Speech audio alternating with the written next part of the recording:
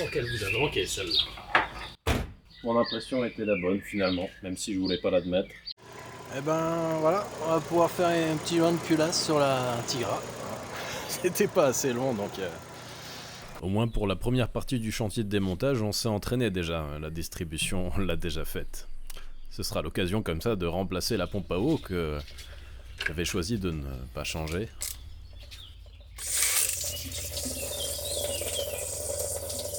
Peut-être que c'était prémonitoire. J'ai l'impression qu'il y a là-dedans.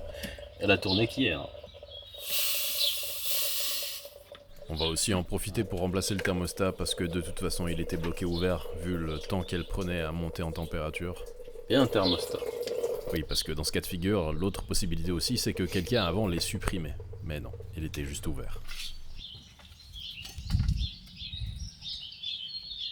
Et c'est là que le chantier prend réellement une direction différente de la dernière fois.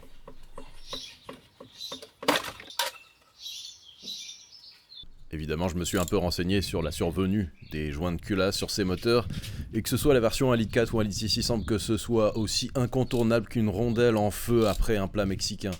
Pour quelle raison ça, j'en sais rien, sûrement un excès d'épices. J'ai pas trouvé tant d'infos que ça sur la méthode détaillée de la dépose de la culasse, alors j'espère que ça pourra servir à certains, même si je vous souhaite pas d'y passer. Évidemment, quand on se lance dans ce genre d'opération, on n'est pas à l'abri de se prendre une tuile ou deux, voire la charpente dans son intégralité. Ah bah là on est bien. C'est génial. J'ai pas de mots là. C'est en train de doucement me gonfler là. Allez, et de deux. L'effet sur le mental de l'opérateur en mécanique lors de la casse d'une tête de vis Torx assurant le serrage d'une culasse peut être défini comme suit. Pas top. Or voilà donc le courroucé mais déterminé opérateur dans une tentative de soudage d'un écrou sur le restant de la tête de vis. On peut admirer la réaction des hydrocarbures à proximité qui aident pas franchement à rester serein quant à l'issue de l'opération. Bref, c'est la merde et surtout ça mène à rien pour l'instant.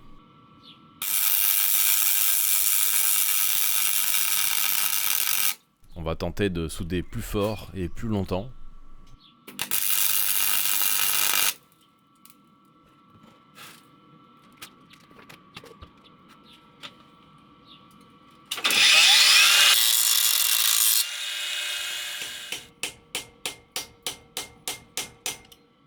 Suspense, est-ce que tout cet acharnement va fonctionner ?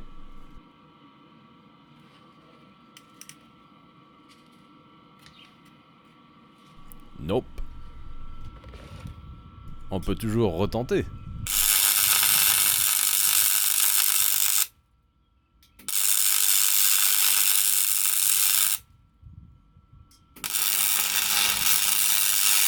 Et on peut insister.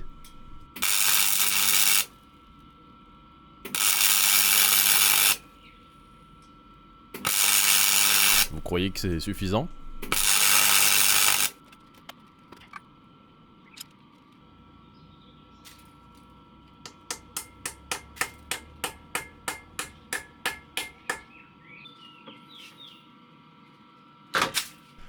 Ça commence à être inquiétant là.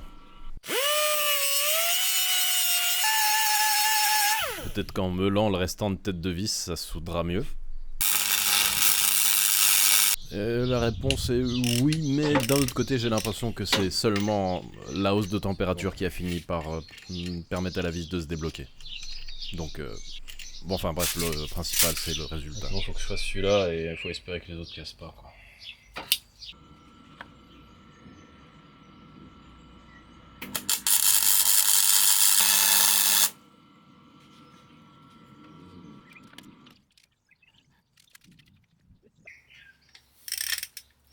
Ah, c'est bon. Ça a tellement chauffé qu'elle pose plus de résistance. Bien, on dirait qu'on s'est sorti de cet impressionnant tas de merde, mais c'est motivant de déployer toute cette obstination sur un véhicule aussi prestigieux. On sait qu'à la fin, on sera récompensé par son immense charisme. Et je m'imagine déjà au volant de cette Tigra, les passants me remarquent. Ils sont impressionnés par l'absence de fumée à l'échappement et du fait que le liquide de refroidissement dégueule pas par le vase. Puis un attroupement se forme pour assister à cet événement et, porté par la joie, les gens me soulèvent du sol et je me laisse bercer par cette marée humaine. Putain, j'ai hâte. moins serré.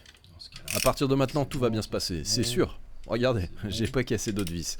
Comme quoi, suffisait de garder espoir et de rester positif. Ça lui a fait peur à la culasse. Ouais, en fait, la mécanique, c'est génial. Hein? À peu près, je sais pas. À peu près, je sais pas. Ouais.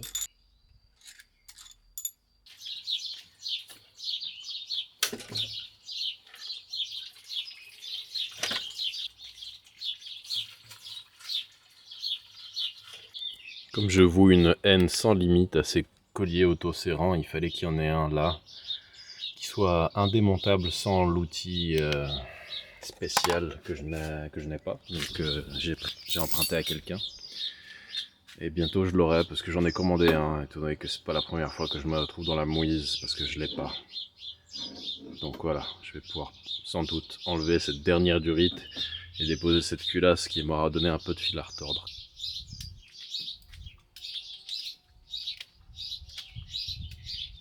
Après, même avec l'outil spécial, on passe un très bon moment hein, pour faire ça.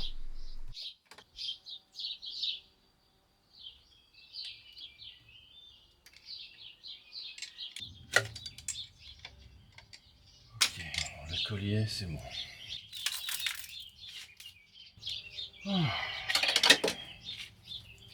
Merci. Évidemment, en ce moment, il y a toujours un truc qui va bloquer. Là, par exemple, c'est le joint de collecteur d'échappement.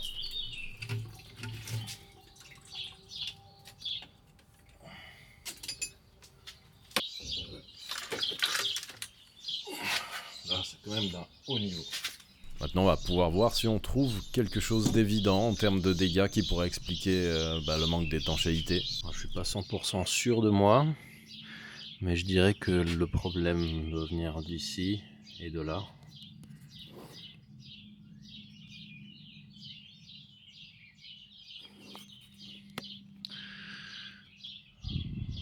Je vois rien d'autre de vraiment scandaleux.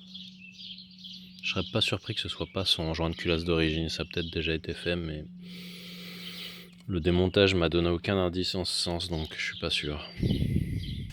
Ouais, donc rien de très flagrant. C'est bizarre. Mais d'un autre côté, j'ai jamais remplacé de joint de culasse en ayant trouvé quelque chose d'évident en termes de défaillance.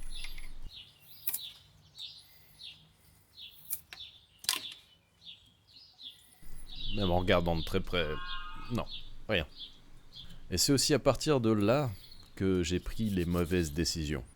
Alors non, pas celle de simplement nettoyer le plan de joint et tout, ça c'est bien, il faut le faire. Ni de remplacer la pompe à eau, puisque cette fois-ci, étant donné qu'il n'y a plus de liquide dans le circuit, je peux le faire sans perdre de temps. Je l'avais pas fait la dernière fois lors de la distrie, il y en avait qui n'étaient pas contents, bref, on s'en fout. Le truc, c'est que je me suis dit, tiens, on va juste remplacer le joint, ça me gave de trouver une entreprise pour rectifier la culasse, ça va coûter cher, ça va me prendre du temps, je veux vite en finir avec cette merde. Et donc, je me dis, on va mettre la culasse en place avec un produit d'étanchéité supplémentaire, des vis neuves et tout va bien se passer. Voilà, vous avez déjà compris comment ça va se terminer cette histoire, je crois. Mais ça va être intéressant quand même, vous verrez. Et pas envie de sortir, hein.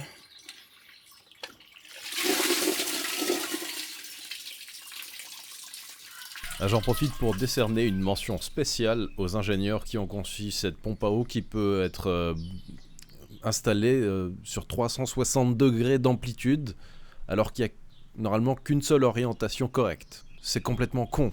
Il n'y a même pas de repère ni sur le bloc ni sur la pompe.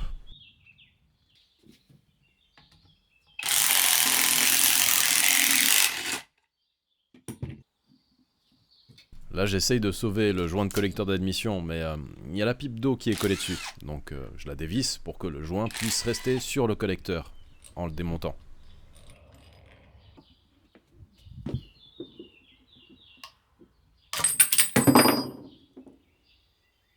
C'est un échec.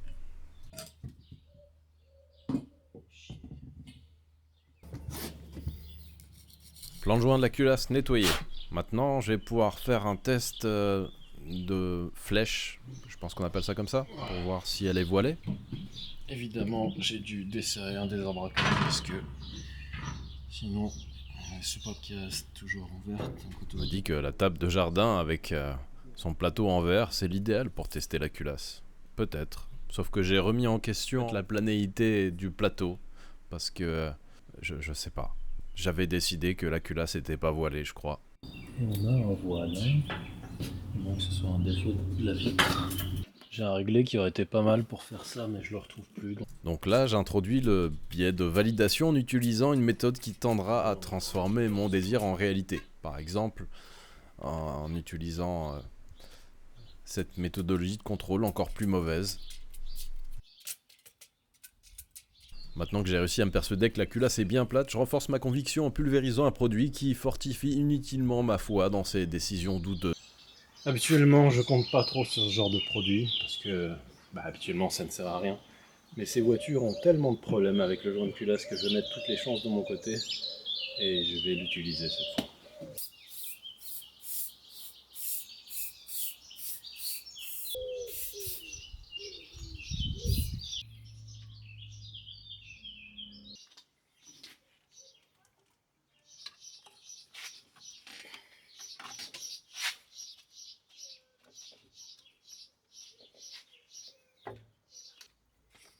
Avant de remettre les vis de culasse, faut doublement s'assurer que les filetages sont bien vides.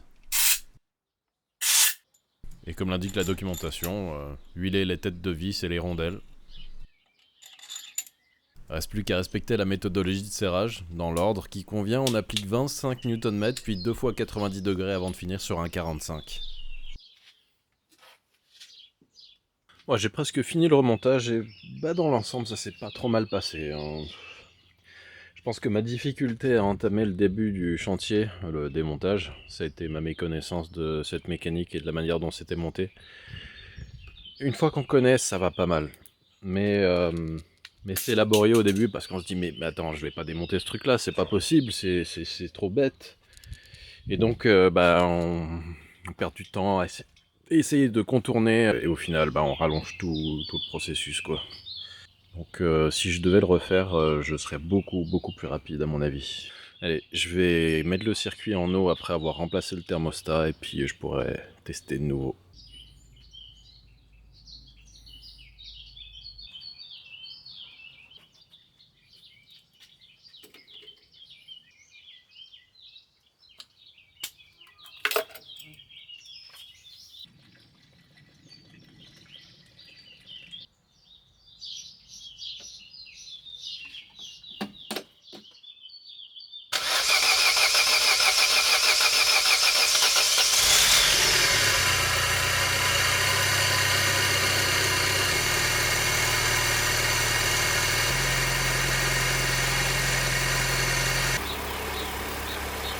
Je me demande ce que penseraient les gendarmes de ce genre de dispositif sur le siège passager. Non, en fait, je veux pas savoir.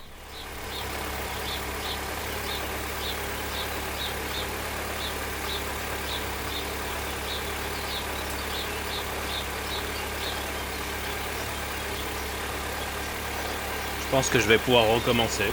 Et si les choses étaient pas déjà assez claires.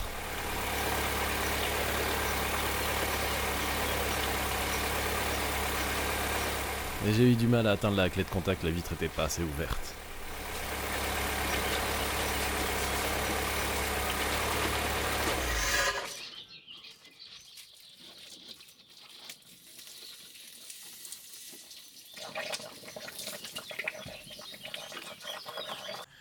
J'ai toujours été curieux d'essayer de remonter simplement avec un joint neuf. Et putain, voilà.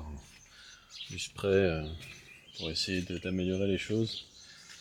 Et voilà, j'ai fait l'erreur pour vous. N'essayez pas, ça ne sert à rien. S'il y a un joint de culasse, c'est automatique. Rectification, éprouvage. Donc c'est parti pour recommencer. Avec cette étape en plus. Belle perte de temps pour une voiture qui en valait pas forcément la peine. Mais bon, là pour le coup c'est de ma faute. Place au timelapse, embarquez-vous m'incarner durant quelques dizaines de secondes alors que je me lance dans un sprint de démontage qui constituera presque une course parfaite, sauf dans les derniers mètres. Et oui, je sais, ça peut donner la gerbe, mais ça fait partie de l'expérience. Mouth wide open like they yawning. Every time they see me, they in G-Shock. Homie, this is too far. Homie, I feel too alive.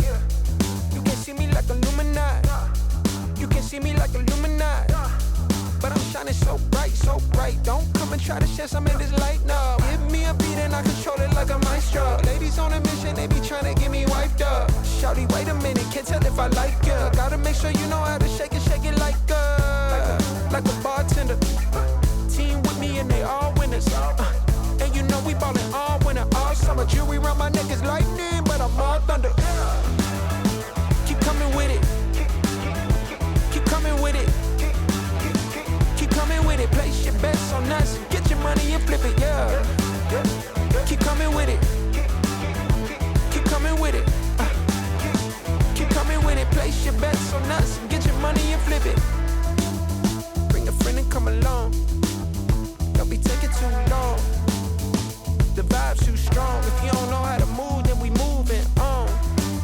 Ain't no way rhythmic feet up in this place. If you can't catch the feeling, then get out the way. I've been reeling and fish from the lake. They keep saying I'm down to earth, but I'm really out of space. All these women aliens, super foreign, so exotic. Hop in the Mercedes Benz, and I got them crushing like ice pouring above. It's overflowing on us. You drop it, then pick it up. I think I'm falling in love, but shawty, this isn't what you probably thinking it was. It's a vibe out, cooling it for the weekend and such. You gon' find out once you come on and bring me that up.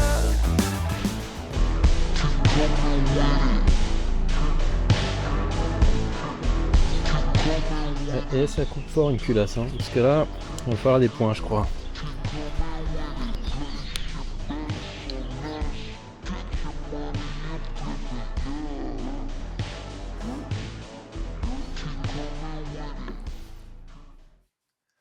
Et je me le garde en souvenir parce que c'est quand même drôle, hein, mais. Le bout de viande. Ah, c'est paralysé encore. Donc voilà comment ça s'est fini cette histoire. Parce que c'était un peu profond, donc il a fallu aller vérifier ce qu'il y avait là-dessous. Pas passer loin d'une artère, soi-disant. Donc. Et donc c'est ma première anesthésie de cette ampleur. Donc voilà. C'est très très bizarre. Elle veut ma peau, n'empêche. Et il va falloir encore un moment avant d'arriver au bout. Là, il faudrait que je réussisse à la déposer pour la faire rectifier.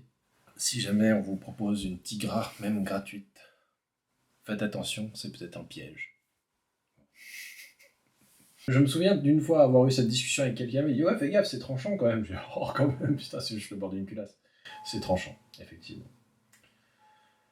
Maintenant, je le sais, je confirme, faites gaffe. Allez.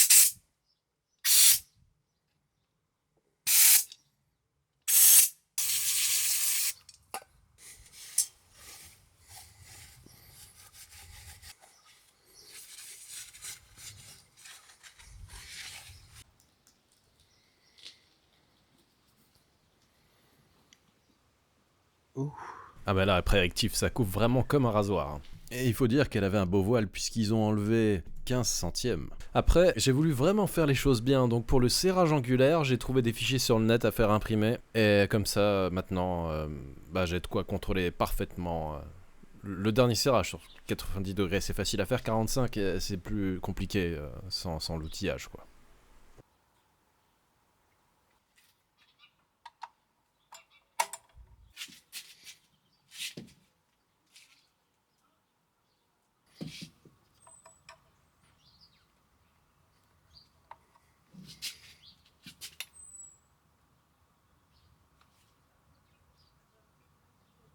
Mais j'ai pas pu finir parce qu'un miracle s'est produit. Il a plu.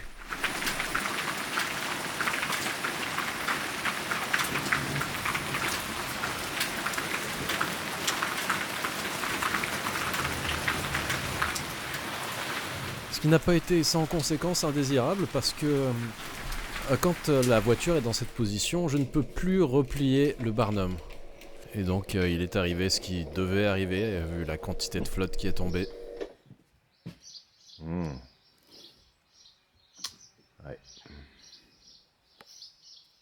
Donc tout y est, à peu de choses près.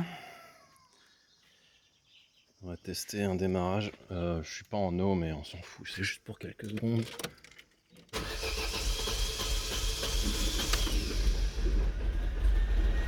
C'est normal, il n'y a pas d'essence. Enfin, maintenant il y en a. Bon, ça tourne bien.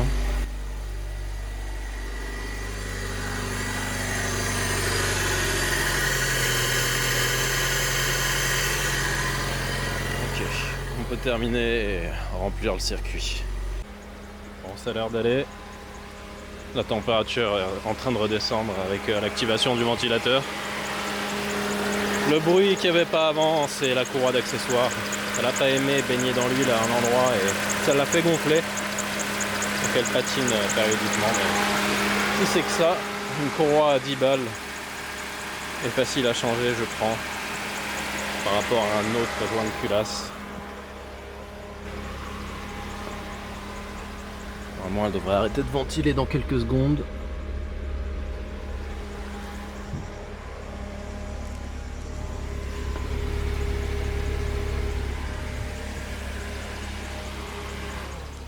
Voilà, un cycle. Ça a l'air bon. Allez, on va quand même la soumettre au test ultime.